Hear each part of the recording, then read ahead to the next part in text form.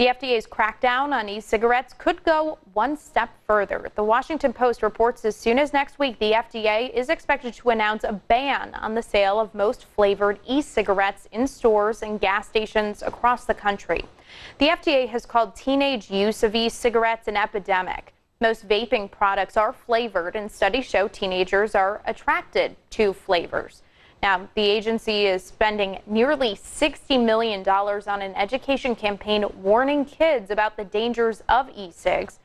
Though vaping e-cigs may pose less of a risk than smoking tobacco, the FDA says nicotine in e-cigs can negatively affect a person's brain and overall health. The Washington Post adds that the agency will also impose age verification requirement rules for online e-cigarette sales as well. The rate of adults who smoke cigarettes in the U.S. has hit a record low, and it could be due to other forms of smoking, like vaping. Here's Christina Muchler. The rate of adults smoking cigarettes in the U.S. is the lowest it's ever been, according to new data from the CDC. It's down to 14% compared to more than 40% when the CDC first counted in the 1960s.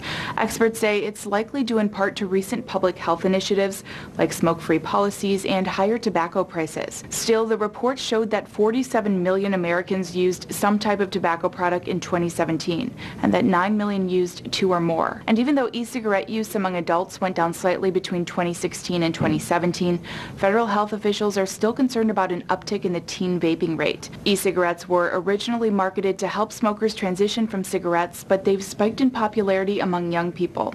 The FDA said earlier this year it's considering banning online e-cigarette sales to try to curb the trend. In its report, the CDC recommends implementing more intervention strategies geared toward the different types of tobacco products being used, like cigars, pipes, e-cigarettes, and smokeless tobacco.